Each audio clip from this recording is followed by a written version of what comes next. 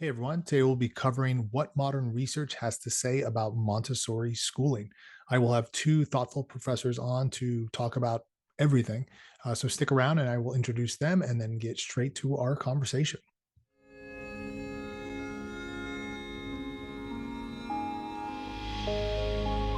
The educator Dr. Maria Montessori once said, The child developing harmoniously and the adult improving himself at his side make a very exciting and attractive picture.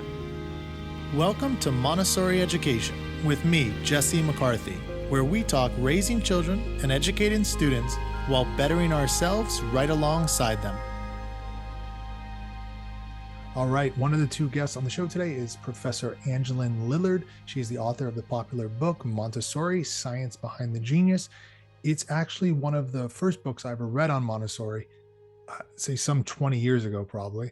Super thoughtful work. It's now in its third edition, and I highly recommend it. Angeline has been on the Montessori Education podcast once before. So if you're interested in a kind of more lengthy bio on her, I'd say go back to that episode, which was called The Science of Montessori. Our other guest is Professor Justus Randolph. He has a nursing and education research background. He recently completed a massive systematic review of past studies around the world on Montessori. And he and his team, which included Angeline in this case, found results that you are going to want to hear about if you are a parent or teacher. Quick note before we hop in is if you'd like links to some of the research that's noted on this episode, or to contact Angeline or Justus, you can check out the episode notes or just go directly to montessorieducation.com. You can search it out there. Only other note is the discussion begins with Justus first, and then Angeline hops on a few minutes later. Because of this kind of three-person setup, I did need to do a little bit of editing. So my apologies if you notice a few, awkward transitions. Shouldn't be too jarring, but, just in case. All right, that's it. Let's get to it. And we'll start off with Justus Randolph again. So were you always interested in Montessori, or this came about through something else, your kids, or? I got married to a Montessori teacher. That's when it started. Okay. I mean, I was in education before I was in nursing, so I had an interest in it, but it wasn't really until I saw it, firsthand and started learning more about the philosophy from my wife that I really became interested. This has been like a 10-year review. It started a long time ago. Yeah. So I'm so pleased to have it done. So you began this process literally 10 years ago? Yeah, it was almost 10 years. Yeah. Wow. That is wild. So you have to, for this Campbell collaboration review, you have to fill out you reserve the title. And I started on that process probably 10 years ago. And then you need to fill out a protocol after that. And then it was just so difficult. The research was very fragmented. It was very complicated. But do you think it's like that process, that quote review process of compiling reviews? Maybe you can tell me a little bit about that, because I'm definitely not familiar with the process. I see. So my main research interest is meta-analysis. And in meta-analysis, what we do is we find existing studies, and then we make sense of those studies and try to synthesize them. So for this review, we cast this very wide net, and we got thousands of possibilities for studies, and then we systematically look at the titles and abstracts, and we figure out which ones we think are going to meet our criteria. And I think we got down to almost 200. And of those, we read them very carefully to figure out which ones met our strict criteria for inclusion. So we really tried to just include the best studies, the ones that use the best methodology. And in that kind of beginning process, is that you and the other researchers looking at those, thousands of studies, or do you have kind of, some of your students or assistants doing that, and then you dig into the final ones? Or? Yeah, so in this particular review, we had to have an information retrieval expert. That was one of the criteria. So we had this great librarian who helped us so much, Michaels. So he helped us with the search, and he's really good at searching the gray literature, the things that you wouldn't find in traditional databases. So we're very confident that we got a good, maybe not comprehensive set of Montessori articles, but we think it's at least pretty representative. Like, coming as a layperson, looking in and saying, okay, this man took a bunch of studies that were already done, and he said, okay, there's all these studies, but are any of them any good? And then I'm going to put the ones that I think, or this librarian or somebody else in the beginning stages thinks are pretty good. And then I'm going to dig deeper in them and say, are they pretty good or are they really good? And then kind of what's the criteria of pretty good to really good? That's a technical kind of question that you might be able to answer. Yeah. Okay. So yeah, maybe let's just go with that, because I think a lot of people probably have that on their minds. I see. So our criteria were for inclusion. Probably the most important criteria was what we were calling baseline equivalency. So that means that the Montessori students, they were either randomly assigned to conditions to maybe, let me say, students perhaps who volunteered to be in Montessori. They were randomly controlled to conditions. That was one way that we established baseline equivalency. Another one is if people took pre-tests of the important outcomes, like if it was a math outcome, there might be a pre-test on math, and we made sure that the control and Montessori groups scored approximately equally on a pre-test. That's another way. And then a third way is that people statistically adjusted for the pre-test scores. So they accounted for any differences on the pre-test. So that was probably our most stringent criterion. So when you say statistically adjusted, what does that mean? So let's say that the control group maybe were 5 points higher on their pre-test. So like on the post-test, we might account for that 5-point difference and adjust the scores a little bit to equalize them. And are you, in terms of, if you're trying to get them in the beginning kind of similar, is that assuming that this child who's in Montessori is just starting Montessori then? Or it doesn't matter because then you statistically adjust afterwards? That's a good question. So we tried to account for how long the student had been in Montessori, but it was just too difficult. Not enough studies accounted for that fact. So some studies might have like very short-term prior exposure to Montessori, and some studies had students that maybe had a year or two or more of Montessori. Because I'd imagine that if you came in and you had no Montessori, and then 2 years later you get tested and see that difference, it's going to be much more dramatic than if you started in Montessori and you've already been there for 2 years, and then 2 years later. That would be my assumption. I mean, I haven't tested that, but that would be my assumption. Yeah, I think that's a good assumption. Yeah. And then just I'll say on a personal note, like how, I know you had said that your wife was a Montessori teacher, and it was all of a sudden like, whoa, what is all this stuff? Was that really the drive with this particular Montessori study? And then it kind of links with your interest in just doing analysis generally, or how are you involved in this type of research? I'd say it was probably a nexus of three things. One, my being a meta-analyst. My prior experience in the education department, and then having this personal experience from my spouse being involved in Montessori. And so I kind of, that sparked my interest when I saw how it works, and I saw it was developmentally appropriate. And that causes a little bit of a problem because it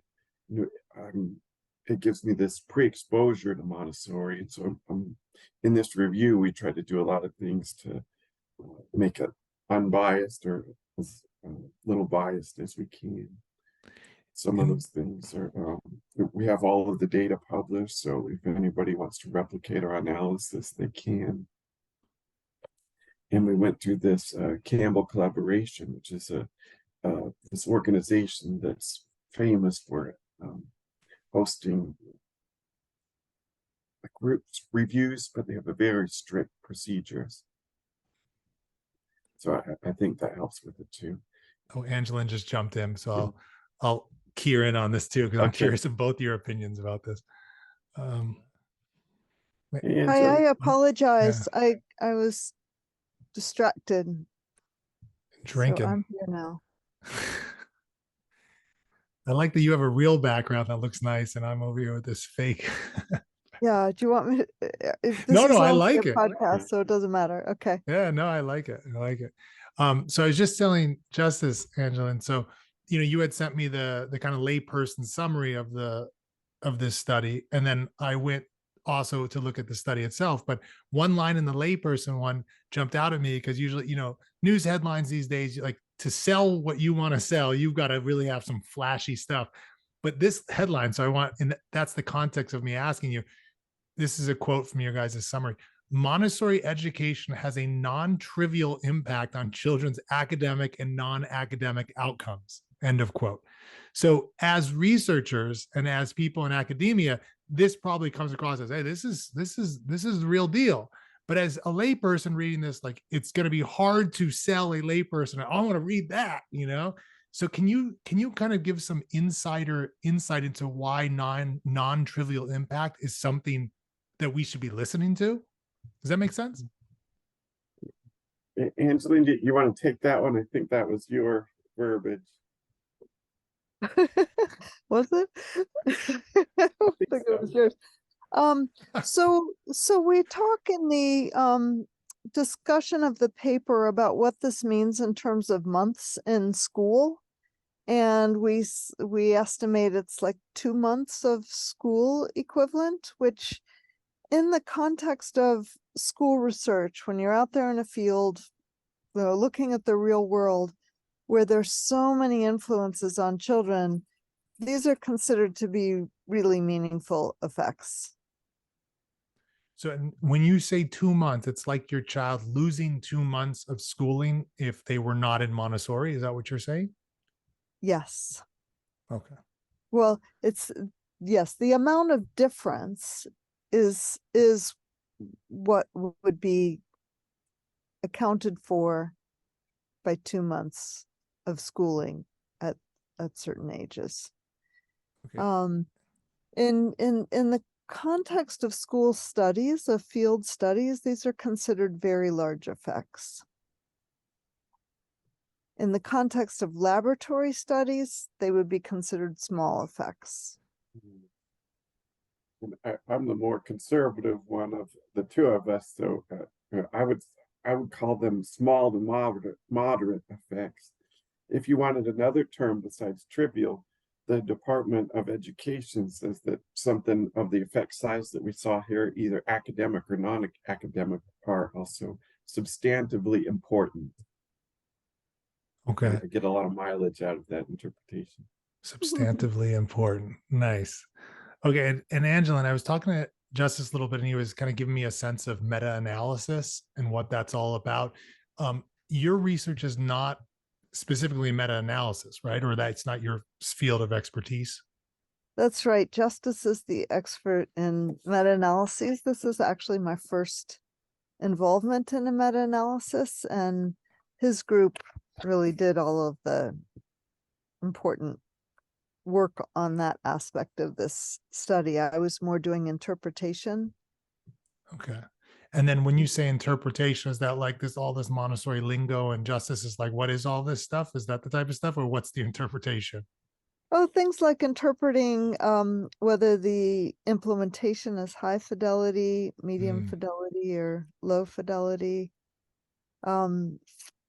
Yeah, knowing some of the details on some of the studies that has to do more with its quality. So maybe Angeline was also a big help in defining the outcomes. So we might have all these studies, and I wouldn't exactly know I would know what the measures were, but I wouldn't know like what the construct that all of these different things were measuring, or all these different studies are trying to measure. So Angeline was great being able to make sense out of this sort of fragmented literature. so we could get it down to, I think it was 9 outcomes. So is this like Yep. you've For got example, I'll go for it, yeah.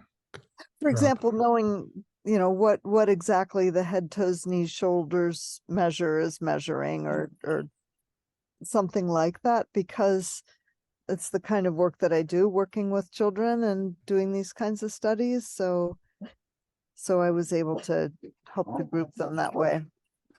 Okay, so maybe given this, like to dig into the weeds a little bit, and I'm sure parents are curious when you said high fidelity, medium fidelity, or whatever terminology.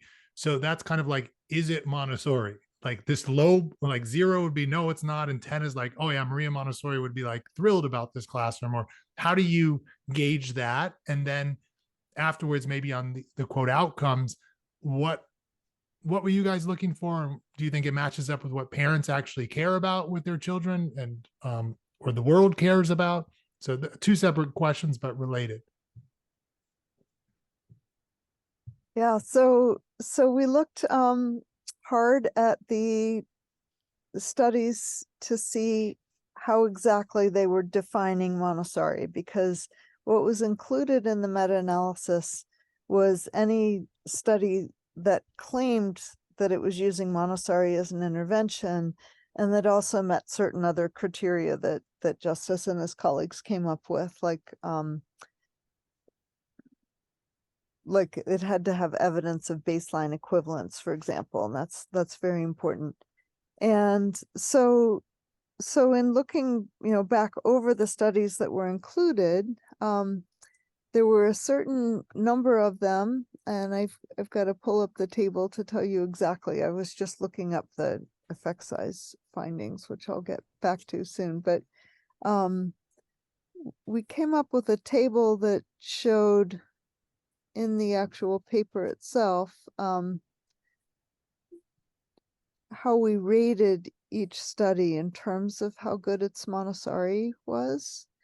So in the paper, section 4 discusses, the types of interventions. And so we categorized them according to their level. At the highest level, there was full implementation, and that meant that the school was recognized by AMI or the Swiss Montessori Association, or at least had teachers who were fully trained by AMI or AMS.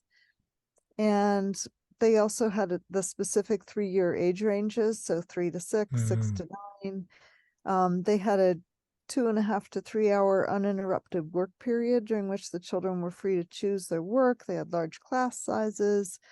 There were no grades. They had the self-correcting materials. Wow. And we found that 10 of the 32 studies appeared to meet these criteria. So we consider them, high level. The Denago studies in Switzerland, My Lottery studies, study by Kelly Mix, the Kevin Rotund and Chitset Mahai studies, and a couple of others. Then the next highest level, there were 6 studies, and these were ones where the article mentioned some sort of accreditation or teacher training, but the accrediting organization either wasn't specified, like a local Montessori association. The teacher training was done by a respected organization like AMS, but not all the teachers had completed it.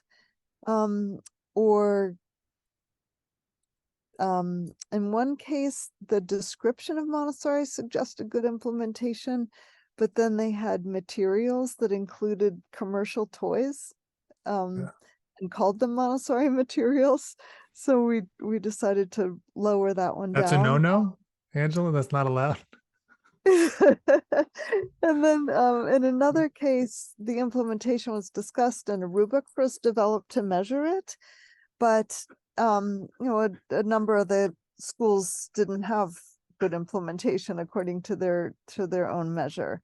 There were schools that the UK Montessori Schools Association had accredited, but they deviated by including pretend play in the classroom. And this might not be a major deviation, but it suggested not fully implementing Montessori. Then there was one that used only 2 ages of children instead of 3, but the teachers were trained or in training. Mm. So those were considered the next level. And then the next level we saw in 7 studies, and Montessori was claimed to be implemented as a full classroom program, but we could definitely see deviations, like only one age range, and only one age was included, for example, significant deviations. And then there were also 5 studies in which the level of implementation just couldn't be determined. They just said it's Montessori and didn't tell us anything about that.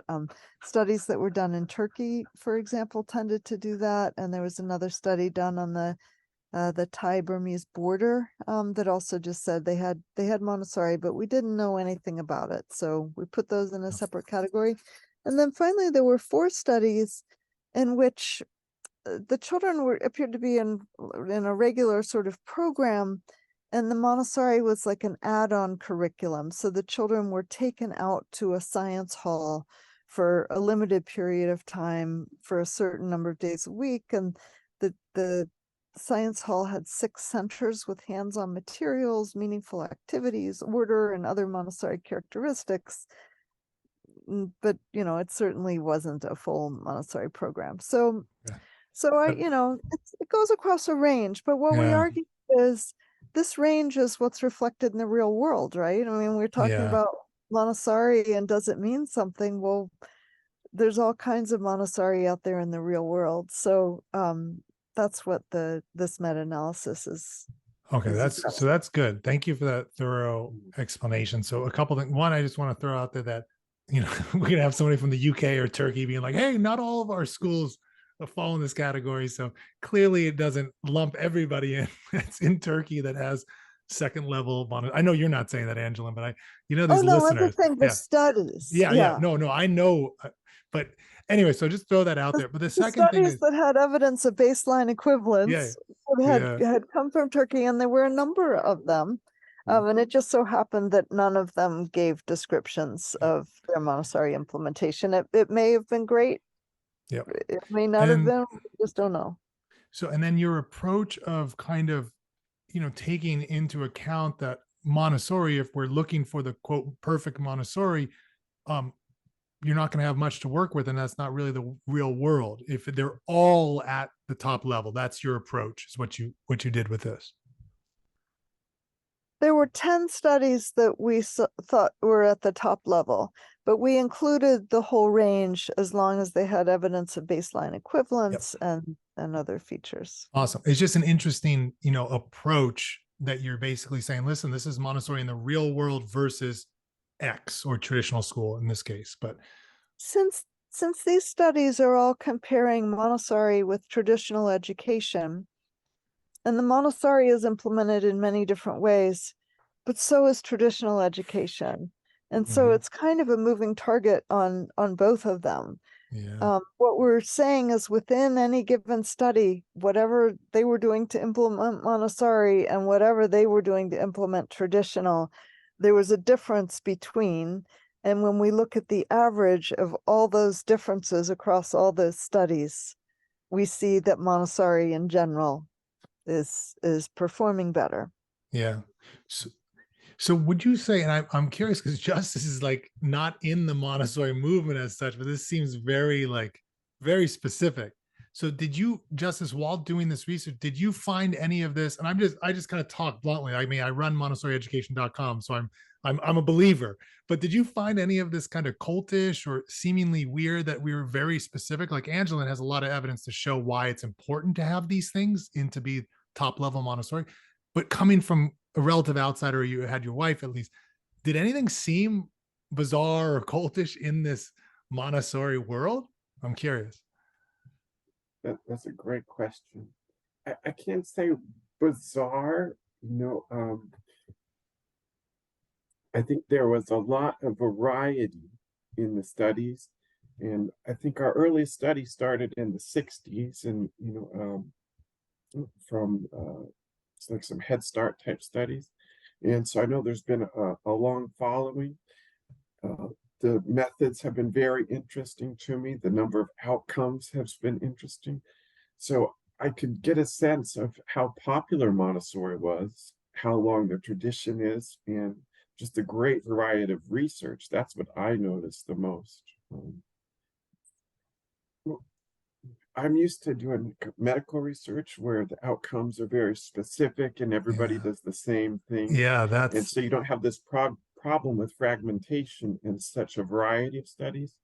So maybe that's was the most bizarre thing about Montessori is just its variety. yeah. And Justus, that might not be Montessori so much as child development Yeah, could be. research.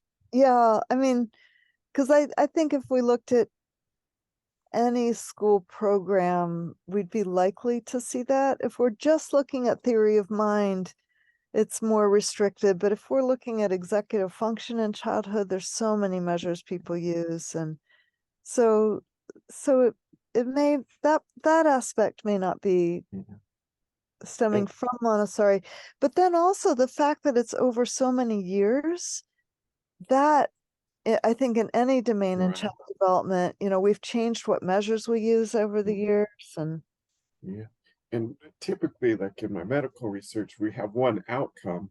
We ended up looking at all these studies and then sort of describing what outcomes there were. And, we ended up with 9 outcomes, 5 academic and 5 non-academic. So in that sense, it was so broad compared to what I usually do too. Yeah, and I'm raising this because it's, I mean, obviously, Angeline, you've been in this for so many years. It's controversial to say, is it Montessori now? Because there's this like, well, what does it really mean to be Montessori? But in this case, we had a woman who started an approach to education. It's, you're trying to get, well, what was she doing? And then if somebody adds something on, then it might be Montessori-ish, but is it what this woman created? So it's a difficult thing. Whereas like, if you're putting a cast on an arm, most doctors are going to say this is the way to put the cast on the arm. There aren't 50 different ways. So I know that you've done some research on this, Angeline, to kind of talk about, or maybe you can talk about what you've seen as being a few specifics that are, hey, this is Montessori, and we have evidence to show that it actually aids. And if you go off of that path, the results diminish. So maybe you can briefly talk about that to give some context here. yeah, so a study that we have ongoing now is going to provide, I think, the best information we have yet on that point, at least for preschool. So we have this national study of public Montessori preschool going on, where we've got a lot of information from both observations and teacher surveys, and there are about 500 children in it in 57 different Montessori classrooms and 23 public Montessori schools across the country. So that data will be really useful. But so far what's been done, it strikes me that these studies with the strongest effects tend to also have the best implementation. That's not necessarily true across the board, but it does seem like when you see weaker effects, if you look, you also often see weaker implementation. I've done 2 studies where we've looked at the impact of just having the materials in the classroom. And in the first one, which was the larger study, it's possible that children using Montessori materials was an index for other things, but there were 3 Montessori classrooms where children were pretty much always engaged with Montessori materials, as opposed to supplementary other materials that got placed in the classroom by the teachers. So commercial puzzles, commercial games, tape recorders, I mean, things that when you read Maria Montessori's work, she doesn't mention these things as being things that should be in the Montessori classroom, and they're not things that are in, say, the training of the organization that she founded to carry on her work, the Association Montessori International. And so in the first study, we had 3 classrooms where children almost always were engaged in those materials. And then we had another 11 or so classrooms, if I recall the number offhand. This is a 2012 study in which children about half the time were using these other sorts of materials. And what we found was that children advanced significantly more in the classrooms that only used Montessori materials. However, those classrooms were also more apt to have the 2.5 to 3 hour work period, to have larger numbers of children, to have other characteristics that, say, the AMI standard for recognizing a Montessori school as having high fidelity include. So those are some things, that we know that speak to that. This large study in the South Carolina public Montessori schools done by Brooke Colclazier and her colleagues, they used a fidelity measure. They didn't find any association between that measure and children's outcomes, but it was a particular measure. It's public schools where and it was third grade and up. So there's so many things that often have to be adjusted in those environments. So I think we need more data on this issue of fidelity and implementation and outcomes. But and I need to go back. You'll have to splice this in. On the materials finding, it could be an index for other things, but there was an element, or at least a degree to which it seemed to be related to the materials themselves, because when I presented those findings to a school, the head of school said, "I know we have all kinds of supplementary materials in our classroom. Would you like to do a study where we take them out of some of the classrooms and see what happens?" And so they did that. We were able to test the children right when they took out all the supplementary materials in 2 classrooms, and they left them in a 3rd classroom. And then we looked at the children 4 months later, so not a whole lot later, but we did see significantly more growth in the children over those 4 months in the 2 classrooms where they had taken out the supplementary materials. And I'm going to give links to these studies because I know that I've seen, you gave a talk once years ago that I was at, and it really had an impact on some of the teachers there. I was doing admin at that point, helping out. But these studies really can impact if like say there's people out there that are running schools and they have teachers that are kind of throwing in everything, the kitchen sink in the room because, oh, my kids aren't really focused. I'm going to try something new. And they're just grabbing stuff. I think this study can really help. So I'll throw a link into that. That's great. And I've heard that again and again, that after I gave that talk, the teachers went and cleared out the other stuff. It's like, let's get this stuff out of here. Yeah, but we lose the information over time. People forget about it. And so it's important to keep bringing it up. Yeah. And I appreciate those kind of studies because it would let us test the theory of Montessori by what's called a dosage response effect. So the more Montessori and the more pure Montessori, you would expect those studies to have a higher effect size than a type of Montessori study that a watered down sort of intervention. Oh, that's fascinating. I didn't even know those exist. See, this is the type of thing. I'm excited to do this episode with you guys. Well, and that's what we'll do in this large preschool learning study is the Montessori classrooms will have a fidelity rating, and we'll see if it's related to children's outcomes when you control for parent education and all kinds of other things. Yeah. And then in our 10-year meta-analytic update, we'll do a meta-analysis of all these studies looking at that subgroup. So do you see, I'm curious with the meta-analysis, Justus, you going through it, how does this realm, I know we talked a little bit about it, compare to other more seemingly objective realms where you can kind of really be clear about this is X versus this is Y? I mean, I know you were doing more medical studies, but I'm saying this again because Montessori is so seemingly today, particularly in the movement, you could have one person saying this is Montessori and another person saying this is Montessori, and they're complete opposites. So I'm curious, did you find that to be challenging when you were looking at all of these yourself? Or was that like Angeline's handling that? I don't deal with that. Well, I can put it like this, I don't believe in such a thing as pure objectivity, but also there's a problem with pure subjectivity. But I think what we've achieved with this meta-analysis is some measure of intrasubjectivity. The fact that when we looked at these studies, we had multiple raters rate the study to say if it was high methodological quality or not, and we had high intrasubjectivity. And in some things that were out of my boathouse, we had experts like Angeline able to make these determinations. And so it's almost like she's a connoisseur of Montessori. And if somebody needs to subjectively assign something, we want an expert doing it like her. Yeah.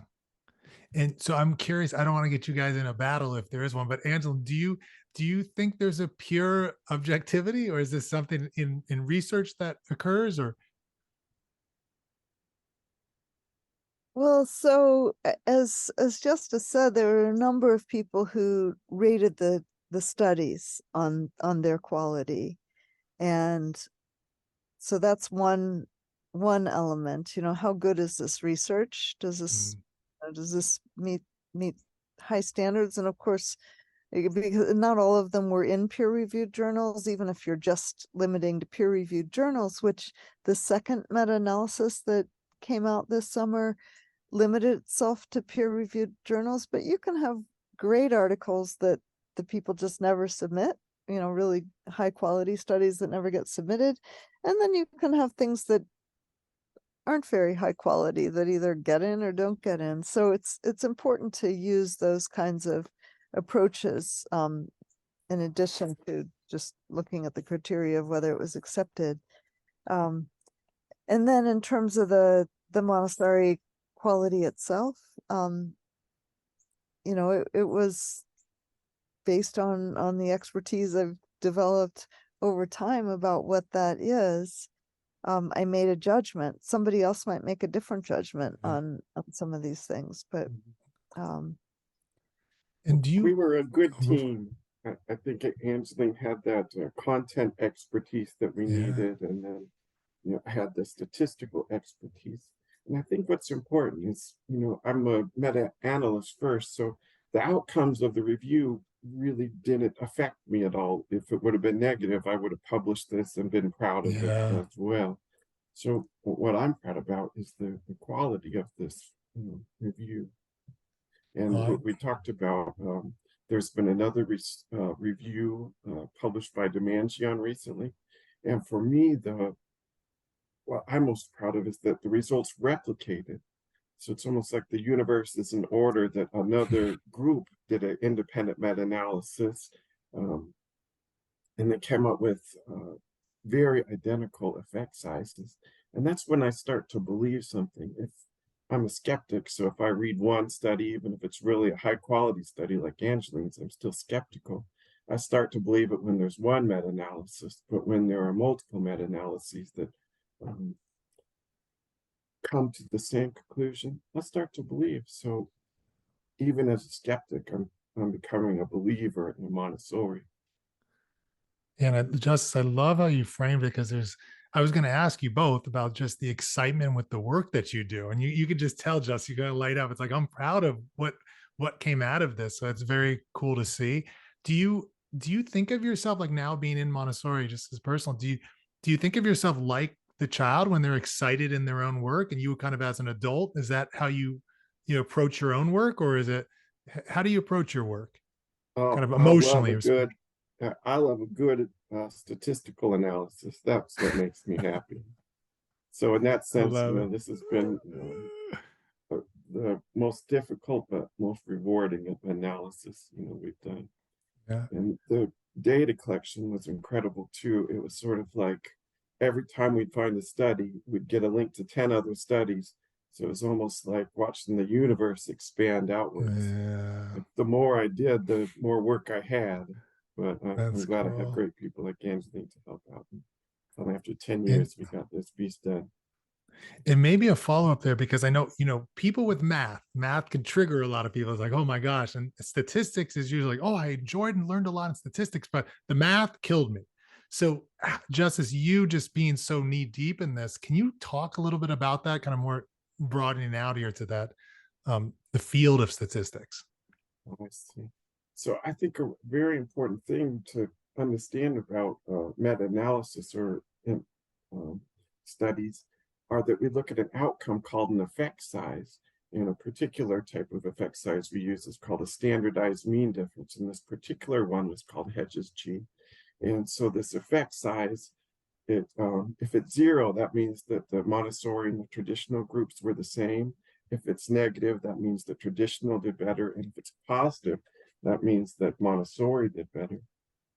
In laboratory studies, we say like an effect size of 0.2 is small, 0.5 is medium, and 0.8 is large. That Department of Education substantively important definition is 0.25. So in our study, I think what's important is to look at these effect sizes. So we had all academic outcomes combined, and that was an effect size of 0.24, and you can interpret that as Montessori's students scoring 0.24, about a quarter of a standard deviation better than traditional students did. And that's average of outcomes in general academic ability, language and literacy, mathematics, science, and social studies.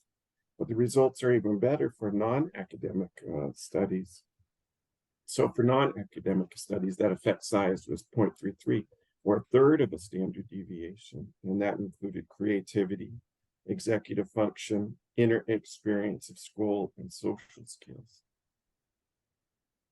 And so that's good because it kind of just segued back to outcomes. When you look at these, and then maybe Angeline, because you know these very vividly for your years in Montessori, was there anything that was surprising, or were all of these outcomes that you saw with were they kind of to be expected from your experience, just anecdotally in Montessori, with gains that children have had?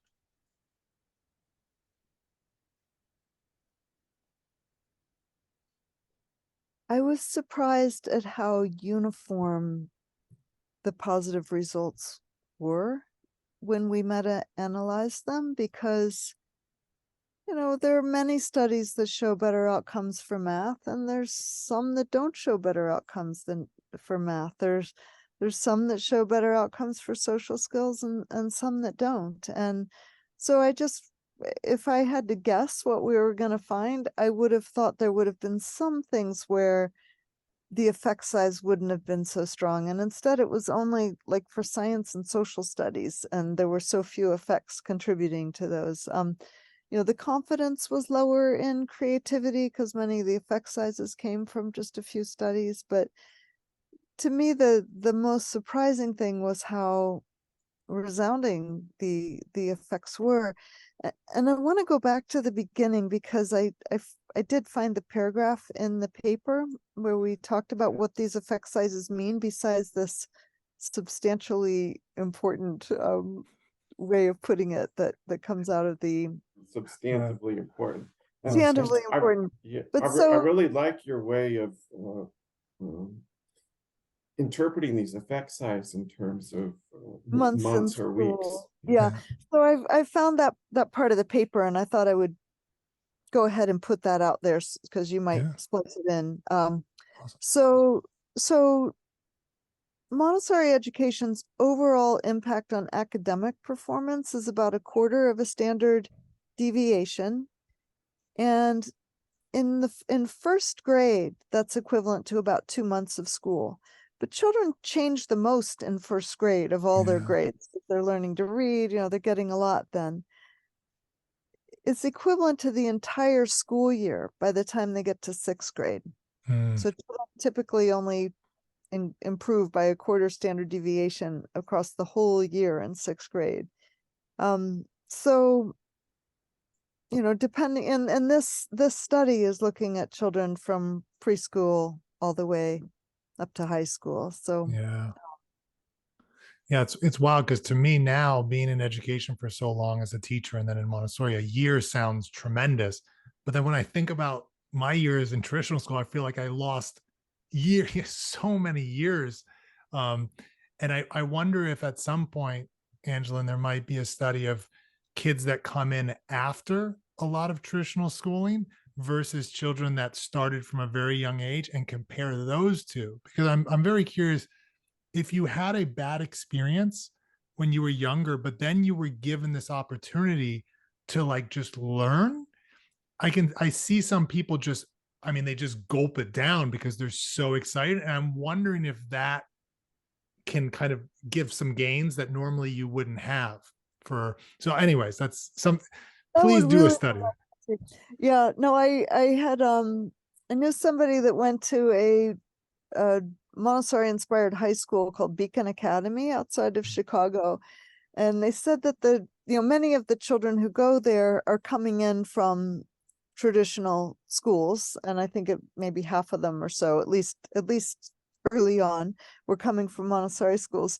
And children from the Montessori said that the ones from traditional schools felt like they'd been let out of prison to Yeah, arrive there, that they just, it gives me was the just such a chills. feast to be able to have the choice that they had once they Yeah. got And I Montessori. mean, I asked that because I really like Frederick Douglass and his story of basically being illiterate, being a slave, and then he becomes this man that is like incredibly bright, incredibly accomplished, and he had the passion. I want to do this. So I'm just, and I've seen children like this. I mean, I used to work with kids that came at a later year, and it was just amazing when they got in the Montessori environment.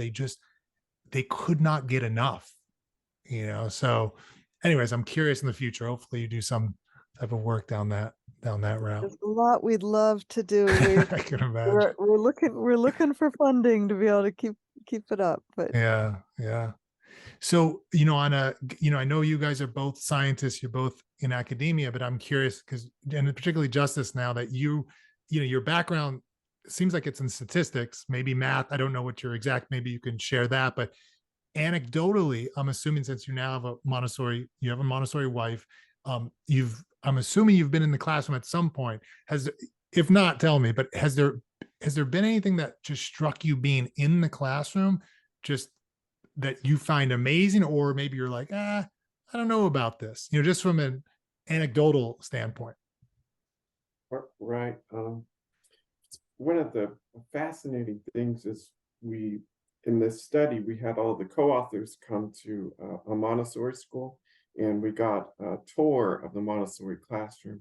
And so I was able to take a lot of my PhD students who were co-authors on the study to a Montessori classroom. A lot hadn't been in there before. And they were so impressed, like with the hands-on mathematics, manipulatives, and all these other things. So I think it was an eye-opening experience for those of us who hadn't experienced Montessori education. Yeah. And so now I feel like a jerk. So I'm like, oh, I don't know, is your background in statistics or math or what it is? So what was your background up to become I don't know, is there a term, analyzer, or what is the actual term? I guess I'm a meta-analyst. A My meta-analyst. PhD is in education research and evaluation.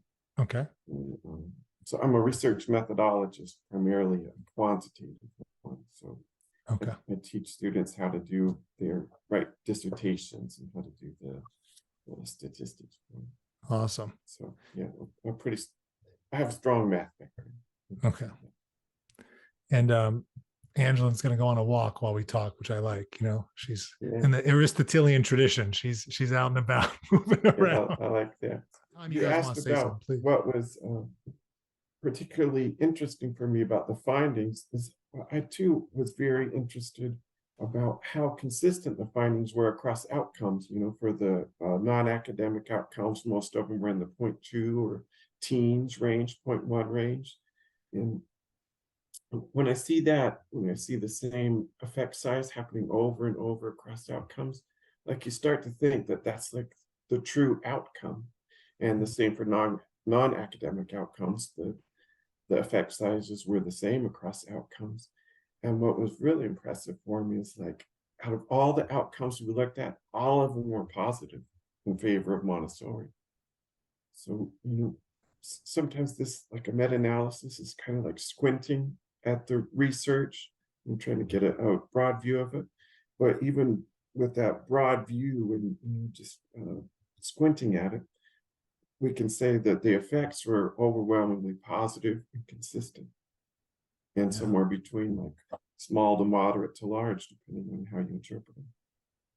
And that's where I think it's also important to point out that it's with how Montessori is implemented in the real world. That, you know, there is a variety of implementation, and someday it'll be great to see whether different levels of implementation have systematically different levels of outcome. Yeah. We think it's likely that they do, but this was just, as Montessori is out there in the real world, you see this significant, you know, meaningful effect across the board. And coming back to something you asked earlier, like how this affects me is, you know, I'm a new father. So after this meta-analysis, now I'm sure Frankie's going to Montessori. That's awesome. How old is your child, Justus? 8 months now. Okay, congrats. I have a 1.5-year-old, so we're right. We're not too far off. Yeah, cool. So, and then Angeline, what Justus said reminded me, because you were saying all of them were positive, these outcomes, you know, that, or you saw the positive outcomes versus something negative. It reminds me of, I gave a talk years and years ago, because there was one study that was so funny, because all of the things were quote, they were all positive, but there was this one that went down, and it was because it was like, there was some study where one thing, the down meant something positive, but it looked, because you know, on the graph. What was that, Angela? I thought maybe you would know which one I'm talking about. It was my science paper, where the one that went down was ambiguous rough and tumble play on the playground. So funny. Yeah. So we didn't try to convert that to a opposite finding. It's just, that there was less of that in the Montessori children, and there was more of everything else, like more positive peer interaction, higher letter word scores. In this meta-analysis, we switched everything. So the desirable outcome you'd want as a parent or a teacher, they were positive. Okay. Well, now you messed up my excitement during talks, though, because there's this one thing going, I'm like, wait till you see what Montessori gets wrong. It's like, no. Anyhow. People are always wanting to know that, you know, what's not good about Montessori. Yeah, what's going down on that graph? End up being worse. And I have yet to find a good answer to that question. I mean, so far in my looking at it, I don't see anything that systematically comes out worse or lower.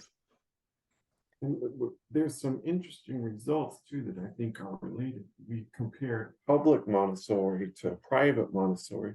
In both cases, the outcomes were greatly in favor of Montessori, but private Montessori was better on academic outcomes than public Montessori by about 0.15 standard deviations, and same for non-academic.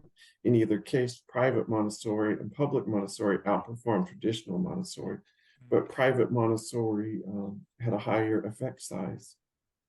So when we come back to that idea of the dose response, like if you think that if we assume that private Montessori is like more pure, or it's implemented with higher fidelity, we do start to see some evidence that those pure implementations get higher effect sizes.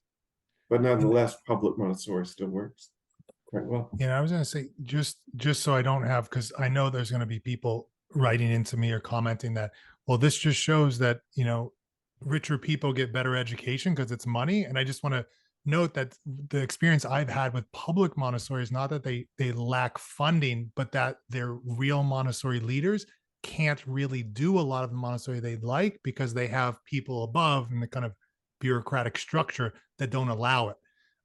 Because I mean, I've seen some public schools that have much more money coming in than some private schools, and somehow those private schools that are kind of, some of them are running in the red. They're not even making money, but somehow they're able to give this authentic Montessori experience. But we're in a public school, you just have somebody over you telling you, no, no, no. Whereas if you own your little small mom and pop private school, you make the decisions. So Yeah. I don't know if that's the same you've seen, Angeline, but that's my own experience, anecdotal. Oh, absolutely. And just to give an example, it doesn't have to do with these kinds of outcomes, but just an example of the absurdity of what you have to look for in when you're in a public Montessori. I was last week at the Montessori Research Working Group in Lawrence, Kansas. We were taken to see the first public Montessori in the state of Kansas, and it just started last year. And they were explaining to us that when they take the children out on the playground, there's an area of the playground that the 5-year-olds can be in, and another area that the 3 and 4-year-olds can be in, because these play structures are certified by the state for different ages of children, so they can't play together. And so, those kinds of just obscure rules and regulations, then you also put that into the academic realm where you have to use a certain reading program or a certain math program, and that forces the teachers to water down the Montessori, and could explain why the public schools have less good outcomes than the private ones. Yeah, and you're saying that too, Angela. I want to give a kind of a shout out to some of the Montessori schools that are really, really real Montessori schools, but they struggle to implement what they'd like the 3-year cycle. But just as what you said, a 5-year-old cannot be with a 3-year-old with many of the state regulations. And in other countries similarly, but I found that the United States is particularly, strict about some of these laws in some states.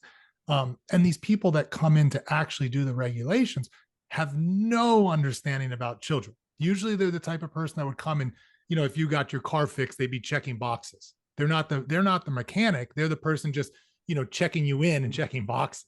So it's really a sad state overall.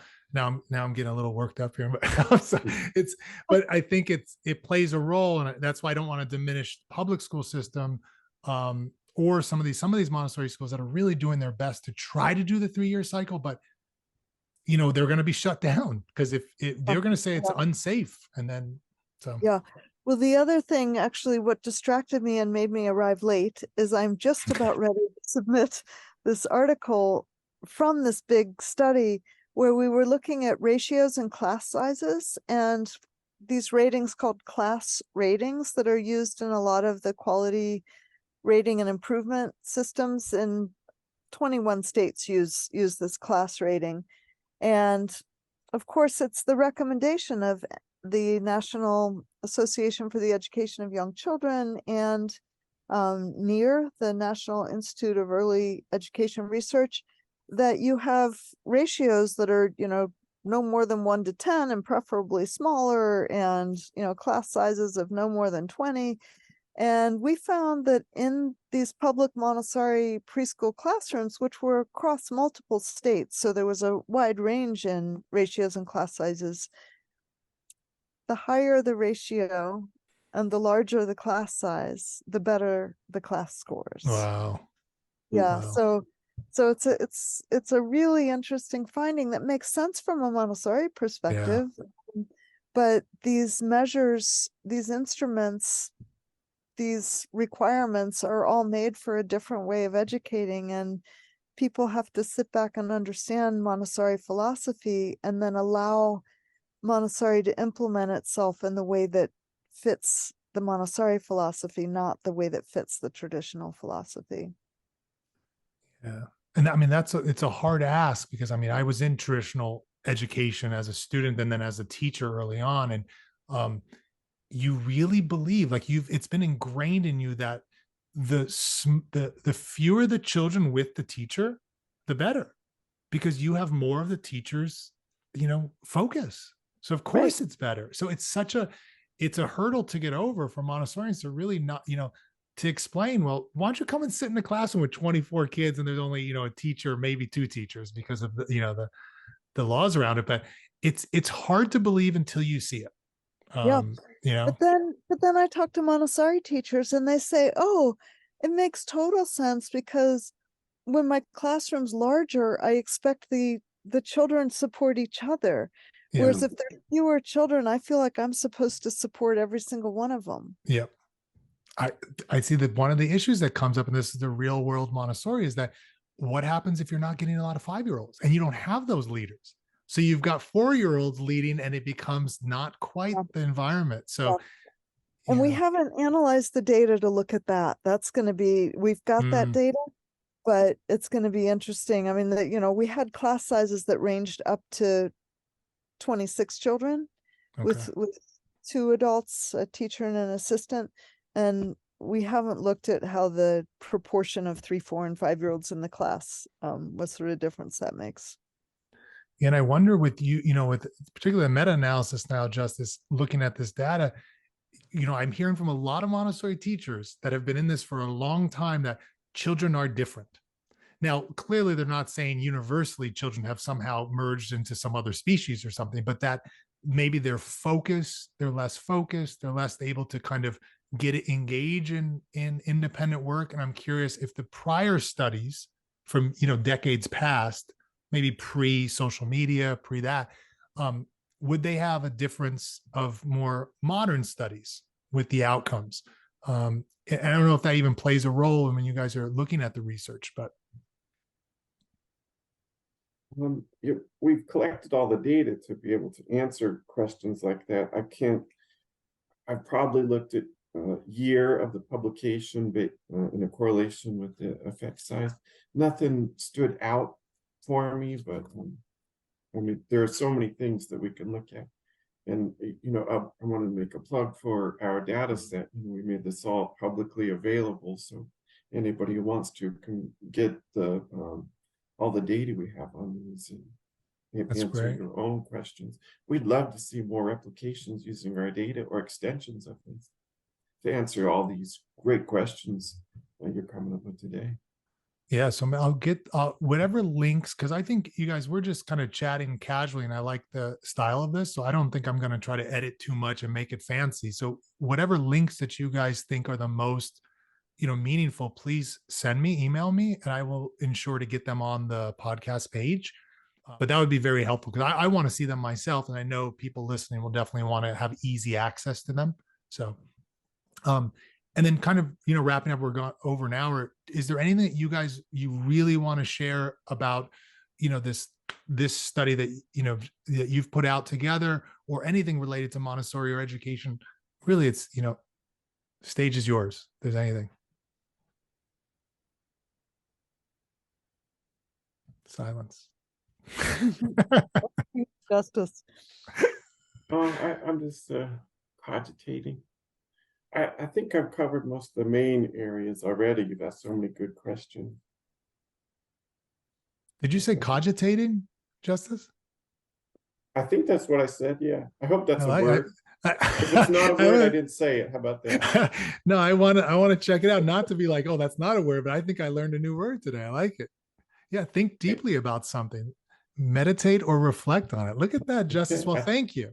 I was cogitating indeed then. All right, Well, Angela. I'm really excited about all that's happening as far as research in Montessori. Angela Murray gathered together once again. It was, I think, the 8th year. People doing research in Montessori, and there's just such variety happening out there. There was a really impressive keynote by Solange Denervaux, who's just doing such amazing work in Switzerland. She's a trained Montessori teacher who then got her PhD in neuroscience, and she's one to really keep an eye on. And I highly recommend a podcast. Oh yeah, maybe we'll get her on. Sounds great. Yeah, she's just, the main thing is she's put out so much interesting stuff, and she wants to put it all, talk about it all in a nutshell, but there's so much that you want to walk through it slowly and get it study after study. And then my student Christina Carroll is in the middle of some really interesting work. She got her PhD last year and had some really interesting findings that she's following up on, and Lee LaBeouf in my lab, and others all over the country and around the world. So it's exciting to see more and more happening to see what, what does this education system do for children, and, what more can we learn about children from it and about it from children. Well, awesome. I'll definitely, connect with you over email later and get some names. So that sounds great. Well, Okay, great. I'll send you thank you some guys. pictures. Yeah, please. Thank you so much. It's been a pleasure chatting with you guys. Thank you again. Yeah. Thank you, Jesse. Yeah. See Take you care. later, Justus. Bye-bye.